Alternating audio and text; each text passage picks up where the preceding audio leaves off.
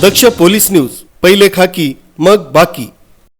प्रहार दिव्यांग क्रांती संघटनेच्या दिव्यांगांसंदर्भात असलेल्या विविध मागण्यांसाठी जिल्हाधिकारी कार्यालयावर मोर्चाचे आयोजन करण्यात आले। या मोर्चाचे नेतृत्व संघटनेच्या पदाधिकाऱ्यांनी केलं होतं।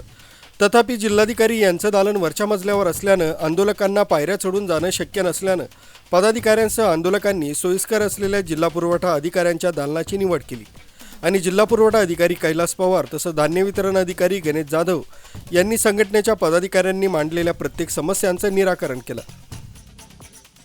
आपण पिवळे कार्ड वाटप केले त्यांना, पण आपला ऑनलाईन कोटा एक्झॉस्ट झाला होता, त्याच्यामुळे मग आपण ते कन्व्हर्जन नाही झालं PHS to A1।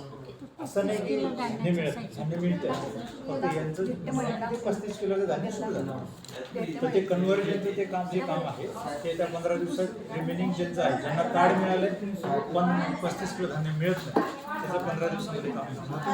आता याच्यातले ज्यांचे काही प्रॉब्लेम्स आहेत एका कागदावर लिहा, त्यांचा मोबाईल नंबर लिहा।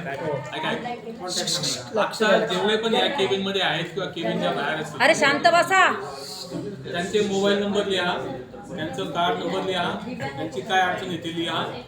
मी ते आमचे विलास कलोजे आहेत सप्लाय इन्स्पेक्टर, त्यांना सांगतो ते व्यक्तिशः तुम्हाला फोन करतील, तुमच्या ज्या काय अडचण असेल ते सॉल्व्ह करतील। शहरी ग्रामीणचं वेगळं।